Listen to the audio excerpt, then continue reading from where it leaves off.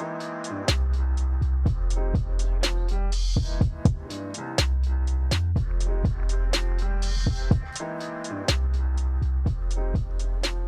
right, welcome to the Ain't Hard to Tell podcast, special edition, end of the year edition. Unbelievably, 2017 is a wrap. They never thought we would make it this far either.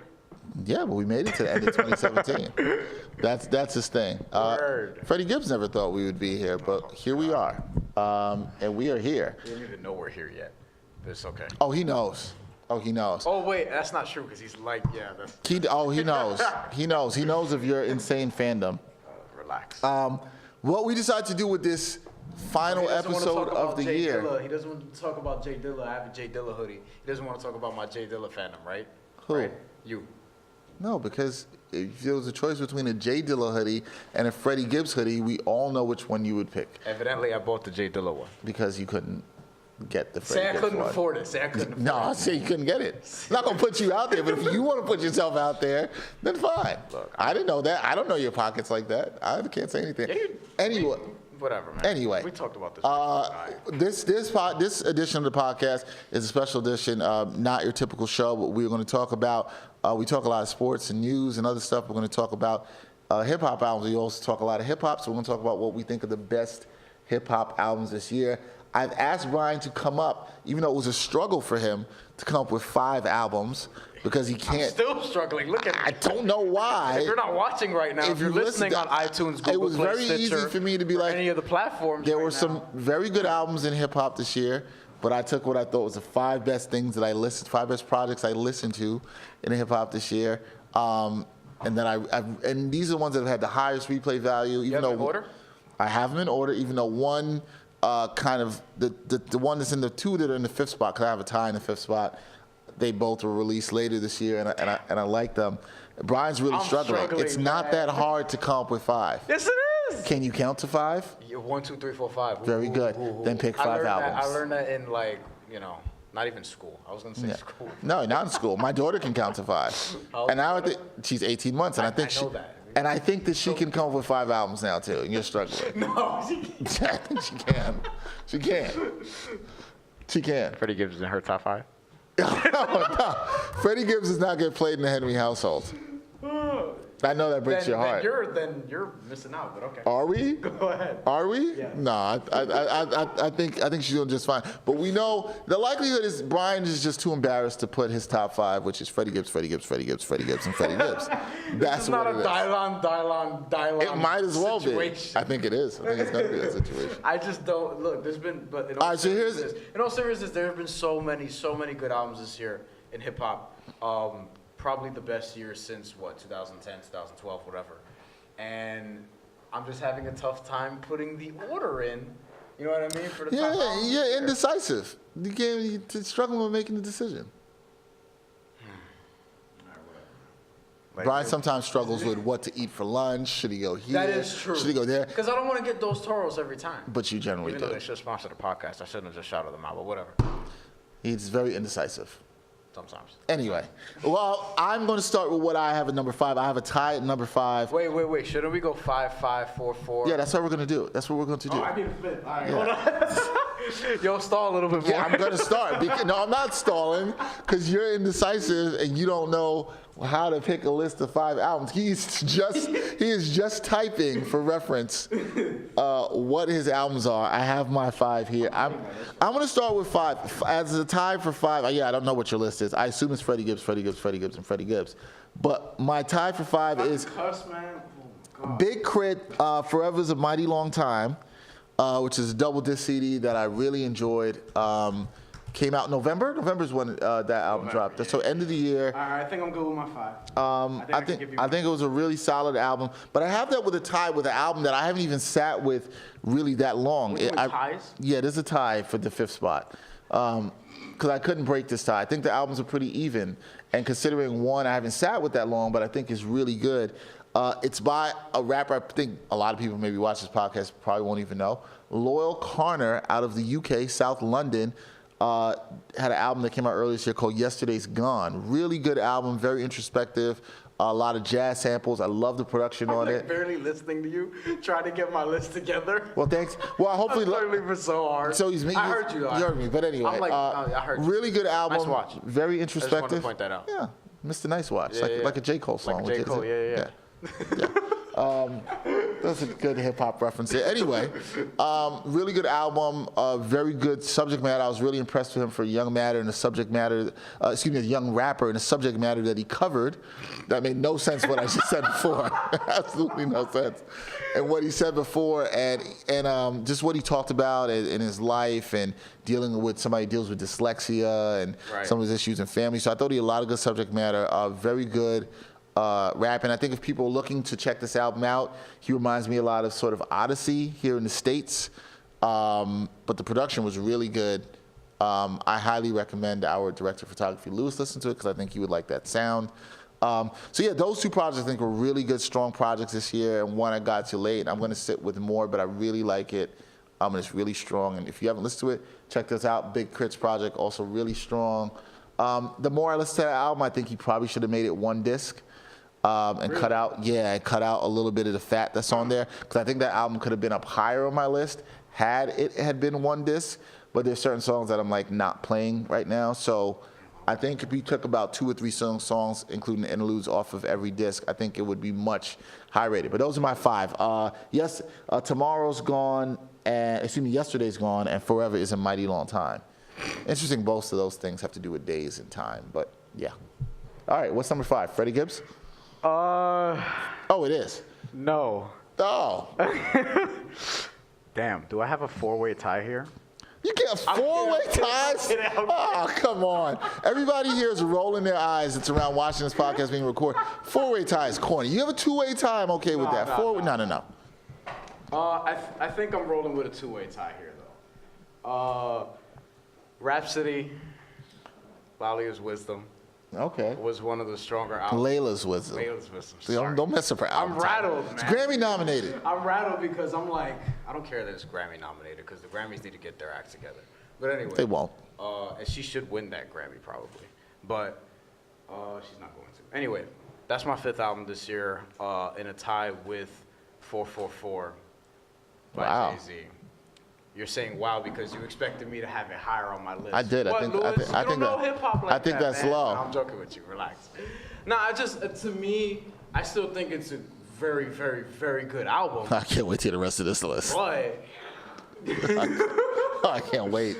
To me, I think it's a very, very, very good album. But I didn't find myself going back to it a whole lot. I didn't find myself going back, having the replay value and things like that. I haven't heard a song from 444 in a while, and I still think it's a great album, but you can be a great album, be the 5th best album in a really strong year. That's just my opinion. I thought that is in a tie with Rhapsody's album. I thought Rhapsody's album was great too.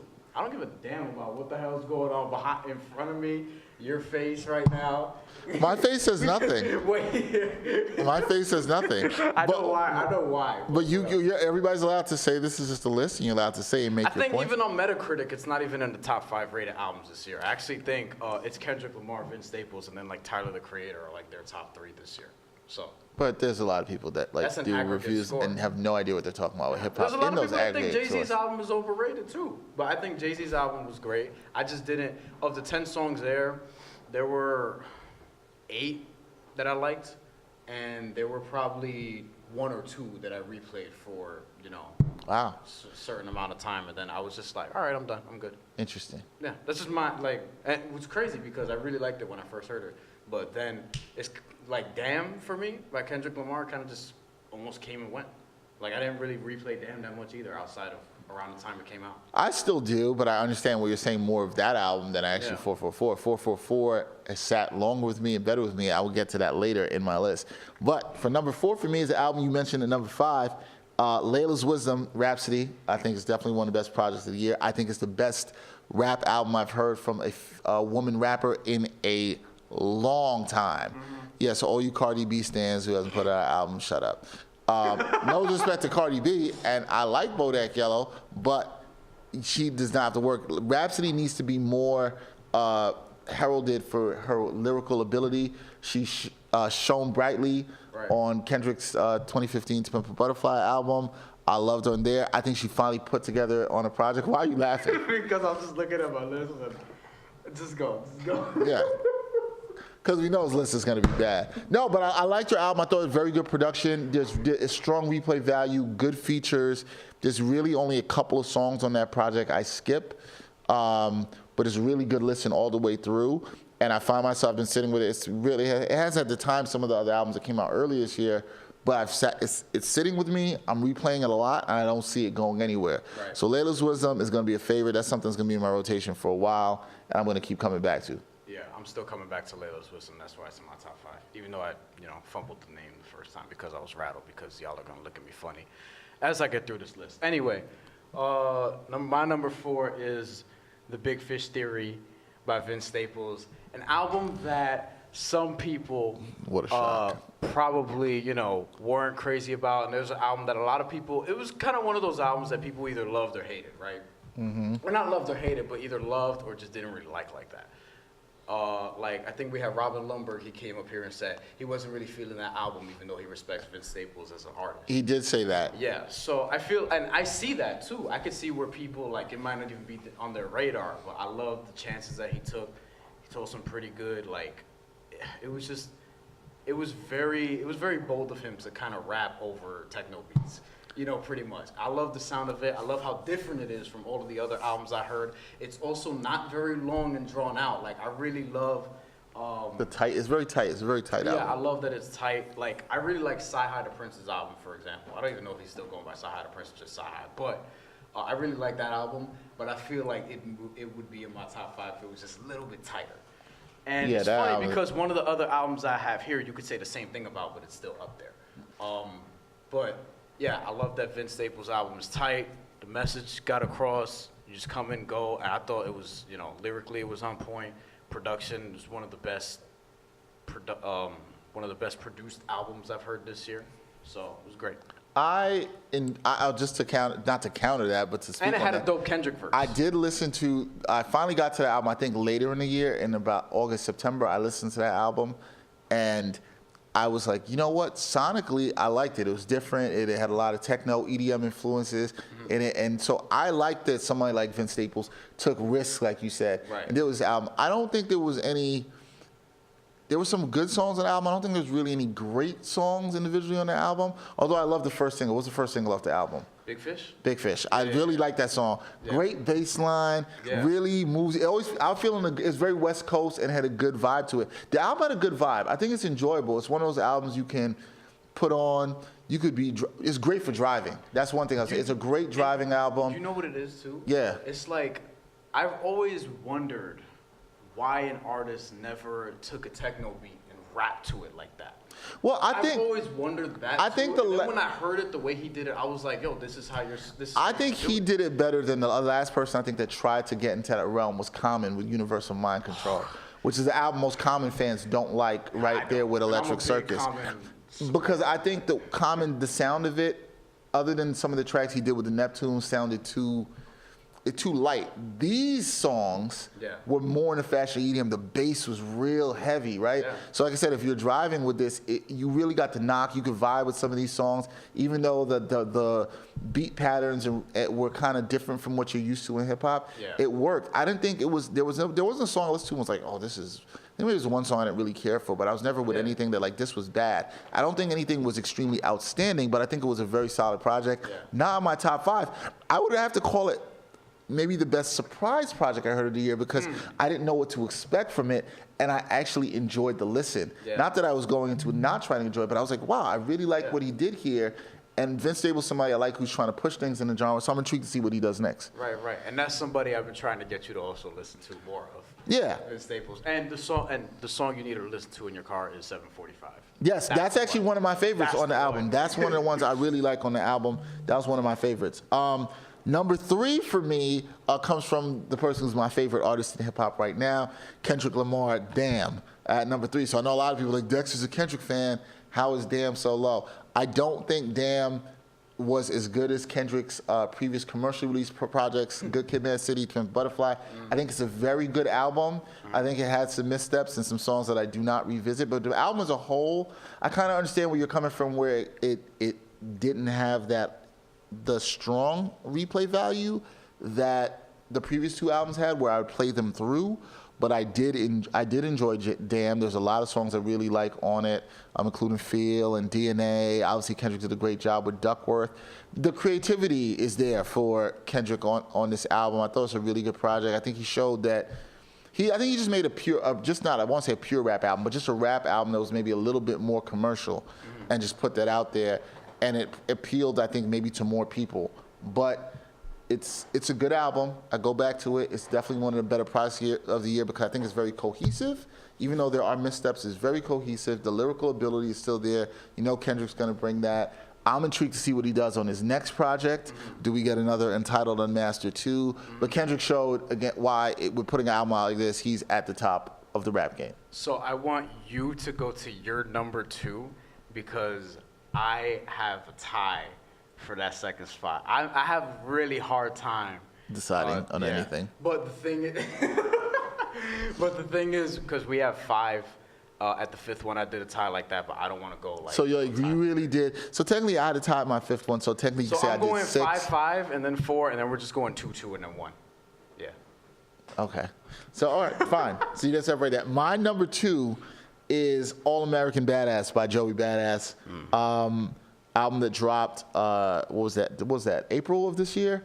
March or April of this year. It was around damn time. Yeah, I think it was a week before. It was a week before. Actually, 7 days before Damn dropped. Really good project from Joey, really tight and concise. I think he really improved as a rapper. I think Joey sometimes mumbled on some of his earlier projects, but he become more clear. I really like the production of the album. It's a tight album. It's 11 tracks. It flows well. There was only one song I do not like on the album. I think it's a song with Dark Yamicho from the Flatbush Zombies and the Posse Cut. The Posse Cut. I don't care for that. I don't care for that song.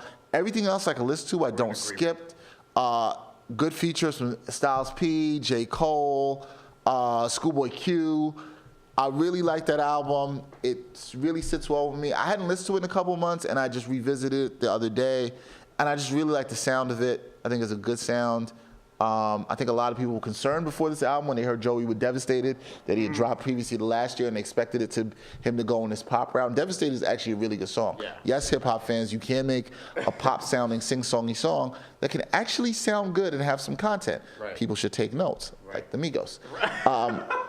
But he made a really strong album. And it was very politically conscious and socially conscious. So I like the subject matter on the album. I really liked what he's talking about. Props to Joey for that. He's in my number 2 spot. All right, my tie at number 2. One of them is an album that you have talked about already, and another one's an album that you definitely don't have in your top 5. So we're gonna start. Yeah, I know. I wonder what that is. We're gonna start with Big K.R.I.T. We're gonna start with Big K.R.I.T. I'm so close to cursing you all out. We're gonna start with Big K.R.I.T. I'm kidding. This guy. I could see what you're saying about him.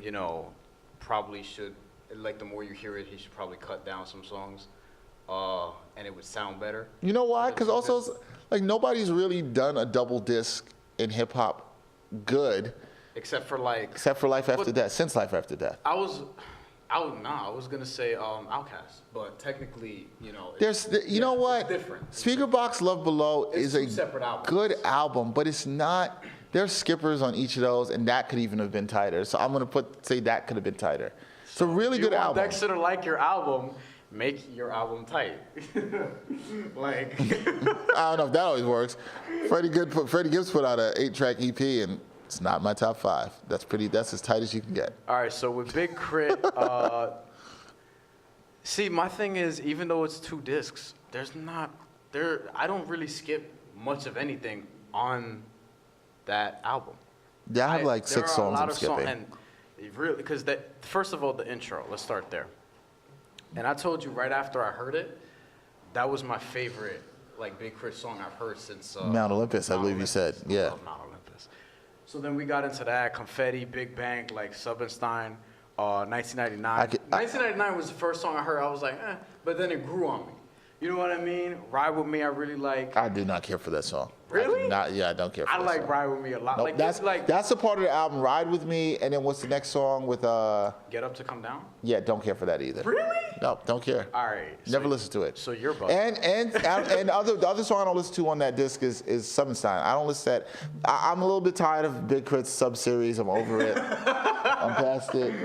Nobody else in this room knows what the hell you're talking about. Yeah, it's like, what are you talking about? Substein. Y'all don't know music like People listen to podcasts. So then we go, Keep the Devil Off on this too. I really love Justin Scott, Mixed Messages. Like there are a bunch of those are good. To me, the middle Sessions, Price of Fame, Bury Me. That's probably the best part of the album. The end of the album is the best part of the album. There are a lot of great. But look at what you skipped. If you take the song, but here's the thing. I like pretty much all of these songs. Like to me, like I bought the freaking hat for a reason. You know what I mean?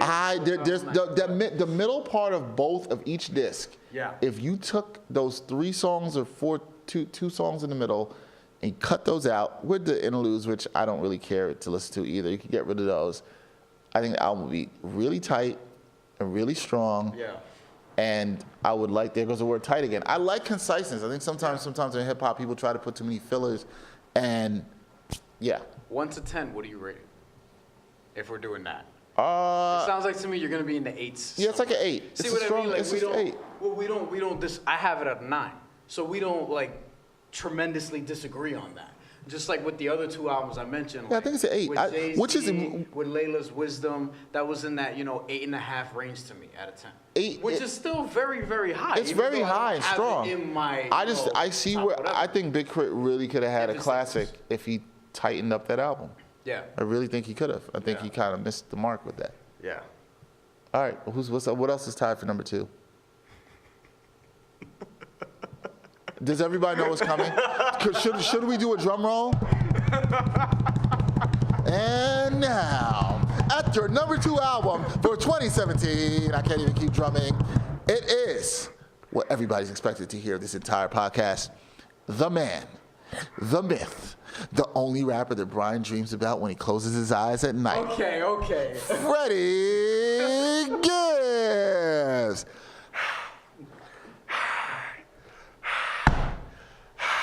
I mean, I expected Freddie Gibbs to be number 1. I expect to be number 1, but now we all know that he's going to be number 2, and there's no more anticipation. Why is Freddie Gibbs' album or EP number 2? Because it's the second best album that came out this year, along with Big K.R.I.T's album. No seriousness though. No, if you were serious, you wouldn't have said that. But no, in all seriousness, and with me, this also has to do with the background of it, right? So, let's revisit this. 2016, we know what happened. What? We know the Freddie Gibbs story. No, but I'm just saying, like, yeah, but give you background. It leads into the album, so I don't care if you're rolling your eyes right now. But what's it called? So we go to 2016, and the whole thing happens where he gets put in jail after that whole rape charge, right? Well, accusation. Yeah, it was a rape charge. You got charged, but he got charged, yeah. Wasn't convicted, just so everyone knows. He wasn't convicted, he was released. So he was in jail for a couple weeks or a month or whatever it was, right? In Austria. Yeah. And it was discovered that he never touched the girl, when the reality of the situation was he just got put in jail, and the girl said that he later said this on Desus and Mero, that she dreamt about, like, that she had a dream about him or whatever. Like, he's never even hugged the girl. So he gets put into jail in another country, which is very hard to do anyway. So I was really looking forward to hear what he had to say when I heard he got out of that and he got acquitted out of that. Because it was just crazy. And then he just came out in March, and we later found out on The Therapist that he, like, didn't know if he wanted to make music anymore. Mm-hmm. Which is crazy to think about, like, from an artist perspective, as an artist. That's just crazy to think about. Like, think about it. If you, like, something happens journalistically, you have a bad, like, you get jumped, God forbid, or something happens outside, you go in the neighborhood or whatever, and then, you don't want to go to certain areas, or you don't want to pursue it anymore because it happens a couple times. Like, this is obviously a much different case, but you get the point. He comes back in March. He drops a single, Crush the Glass. I heard it, and I was like, wow. You were excited. I remember that. No, because I heard the song, and I was like, oh, he actually, like, he addressed it and everything. Like, it was great. It was a great song. It had the Sade sample that Mobb Deep flipped before. And then I heard the rest of the album, and I was like, wow, this is, like, really, really good album. To me, that's the album that I've probably replayed the most, I would say. Oh, what a shock. Along with Big Fish Theory. You're laughing. I'm being serious. Along with Big Fish Theory, along with Joey Badass. And, yeah, so I thought that it was clear, concise. I thought that it was a great album. There were just a couple things, right, that probably prevented it from being, like, perfect or whatever. I liked 4 of the tracks on the album, if I remember correctly. But on a 1 to 10 scale, you gave it a pretty good. I'll give it a 7. You did not say 7 last time. No, what did I say? You said 8. It's not an 8. You said 8. It's not an 8. You said 8. It's a 3.5 out of 5. You said 8, and this was not even a full week ago. No. No. I must have been out of my mind. No, I don't think particularly. I did like some of the things Freddie Gibbs was talking about and what he went through personally. I just don't think it's. I revisited it one more time. I only listened to it twice. So like I said, revisited it another time. And I thought, I was like, yeah, I like 4 songs. The other 4 songs, I kind of was like, man, they weren't bad. There's no bad songs in it. Yeah. And you don't want to see that in the EP. There's no bad songs. No.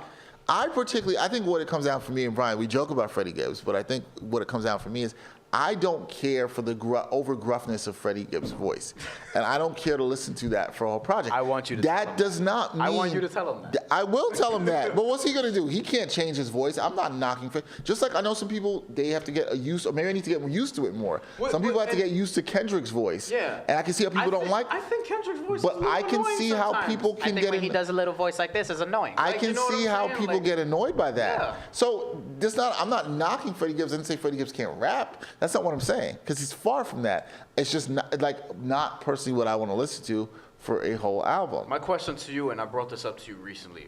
So, what's the difference between him and like Scarface, for example, who also has a distinct voice like that? I think Scarface does have some gruffness to his voice, but I think it's still a little bit more smooth. Even someone who you love, Black Thought, has a little bit of that also. Yeah, but I still think their gruffness is a little more smoothed out than Freddie Gibbs for me. I also think they both are better rappers than Freddie Gibbs. So that's not me knocking Freddie Gibbs. That's just me saying I think that they're both better rappers than Freddie Gibbs, so there's a reason why I'll go to them more. Yeah. Now, I do think things can change. I've heard people not like somebody's voice, and then they've got used to it over time. Maybe with hearing more Freddie Gibbs over a variation of different production, I could get used to that or be more intrigued to listen. I'll never say never. I'll listen. Have yet to listen to Pinata. Yes, and I know it breaks your heart that nobody listens to Pinata. No, but I'm saying that's a good example. See, the reason why I recommend that album for you is because I feel like you would like that more because obviously the production. Aspect of it. But him rapping over those beats is like it's an ideal mix. So what I'm going to do is for 2018, I'm going to listen to Pinata. I'm going to come back on this podcast. You're going to do it before Bandana comes. I'm going to come out this podcast. Yes, because if I don't, all hell will break loose, and Hello Free is over, and Matt won't produce the podcast anymore, and we'll all be damned because we didn't listen to Pinata. Bandana. So yeah, let's get to our number ones. I think we both mentioned each other's number ones already. So I think so. So go. I actually do. I know. Don't know my number one album because I know your number one album. What's your number one album? I'll let you decide. Reverse to let you go. What's your number one album? All-American Badass. Oh, okay. Joey Badass. Actually, it's funny. To me, that's my number one album. Like, okay, if Jay-Z, Layla's Wisdom is 8.5, Vince Staples 8.5, Big K.R.I.T, Freddie Gibbs 9, then Joey Badass 9.5. I don't have a problem with that. I don't have a problem with that. I think it is beside one song. It's almost perfect to me. Yeah, pretty much. You know what I mean? Like but for me and him, like I saw some evolution because I really love his last album. I still even think that. Well, no. Aside from Temptation, maybe Paper Trail is still my favorite Joey Badass song, which was on the album before that. Ever? Yeah. That's probably my favorite song off that album. Yeah, but Temptation is. But I say that to say. That album is just very consistent. It's just great all around music making. No. That's where I saw the evolution. Is that he started making better songs. Like you mentioned, Devastated earlier. Yep. I think Devastated is a great song. I agree. Even though people are like, oh, but he's not spitting like he used to. You don't have to do that every single song. He had fun with it. It's still a content. Back to Freddie Gibbs real quick. Because it always comes back to Freddie Gibbs. No, but he did that on a song on his album called Dear Maria. Yes, which is one of the songs I actually liked on that album. There wasn't really like hardcore rapping or whatever. But I liked it. He was more harmonizing, and he did that a lot on his last album. So Joey Badass, he did some of that on this album, and I thought it sounded really, really good. He did that in a lot of his hooks, which, you know, could be hit or miss for a rapper. I thought he did like an excellent job of that. To me, that's my album of the year. And I've been saying that since it came out, and I've stuck with it. Yeah, it's great. Yeah, you loved it when it came out. It's number 2 for me. I think it's good, and I could have gone back and forth with that. If people don't know by now, and you can call me, it's not my Jay-Z fandom. I think Jay had the best project this year. Yeah. I think that it was solid. A lot of people agree with you. I think that the production was excellent. I thought it flowed well. I thought it was impactful. I think that I don't know if I quite want to put it in classic territory, but I have a feeling it will get bumped into that territory. It's one of those when you look back at the impact that it had and what he was able to do and talk about. The subject matter, I think, is excellent. I revisit it a lot, actually. It's funny. And there's not everything, but there's songs like I still love Bam. I still love Story of OJ, Marcy Me, which Jay just lyrically flexed on, and Legacy. I love the end of that album. I think it's extremely strong.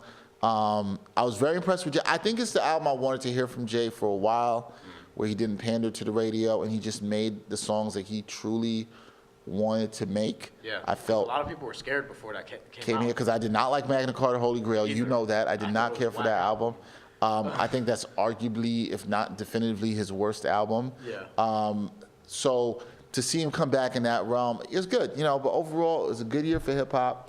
The best year in a while. It was one of the better years in a while. I'm excited for certain things coming out next year. What are some other albums though, like real quick, that didn't make it, that I thought were good? That were like very close. Because to me, I didn't mention Damn. If you notice, Damn wasn't in my top 5. Which is crazy to me, but you see what I'm saying about the replay value, like. But that's a fair criticism. I didn't put that much stock into replay value, like probably when I was younger, but I see the importance of that now.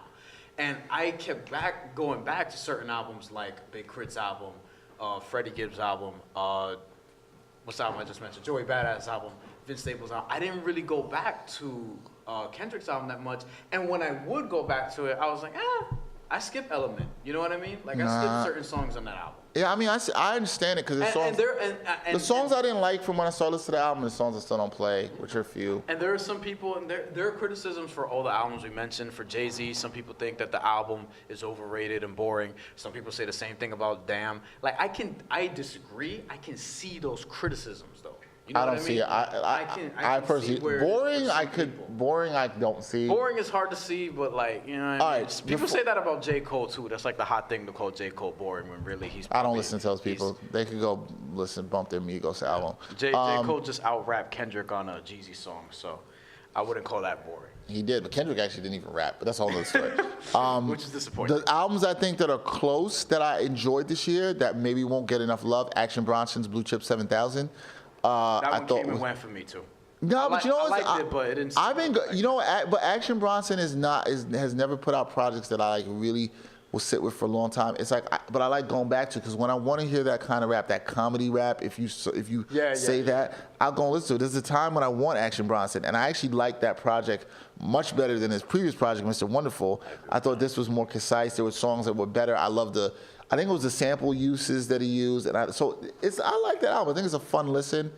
I want to mention Vic Mensa. I was going to mention that. That was my other one that came up. That was dangerous. Close to my that also, I don't know if I put it right there, but that also was in my surprise albums there with Vince Staples that I didn't know what to expect going to that, and I had never listened to a Vic Mensa project. So for this, I want to talk about that. But it was really good because that was the intrigue of it for me. Because before that, he went on the promotional tour. He was on Everyday Struggle. He was on Deezus and Mero. He was doing all these interviews, Breakfast Club, Hot 97. I think he did all of that.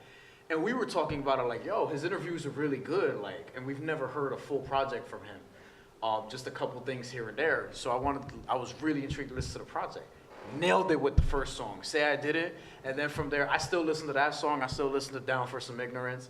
I still listen to Wings. I think the album has some holes, and it gets a little weak towards the end where I'm just like, nah, but it was impressive. It was an impressive project. Yeah. It was definitely an impressive project for him. I know we got to mention Tyler, the Creator's album for Matt. which I still haven't finished. I like but the album. The album's got a lot of critical acclaim, and I haven't finished it yet. But that's also up there for people's. And I will. My other one will be Odyssey's Iceberg album, which I like not as much as his previous album, but I thought it was solid too. So Rick Ross. Oh, that's another underrated Rick one Ross, this maybe year. maybe the best production this year, maybe. Yeah. Meek Mill, I really liked. You never listened to. Meek Mill's been on a streak, man. He's had a few good projects in a row. I don't know. And just a couple EPs real quick. Sky Zoo Oh yeah, that's definitely there. and Yep. Sado Quali and Styles P. Yeah. Yeah, that was that that was pretty good. much The sums it 7. up. That was a good one. I forgot about those. All right, it's been a good year for hip hop. Also, it's been a good year. Sahai, Ferg, Good year Davies. for sports. So Other we'll projects I like. we'll have a lot more to talk about in 2018. Hopefully, we want to wish everybody. Hope everybody had a great holiday. Nah, stop playing. Yeah, we want to see Nas album in 2018, and we hope that everybody had a great holiday. Blessings to everybody, health and success in the new year, and continue to support Ain't Hard to Tell. Thank you. Real quick. Eminem's album. Didn't finish it. Don't know if I care to. So yeah, that's seriously the note. I don't know if I care to finish it. We'll get some more about that in 2018. No, we will not. But much.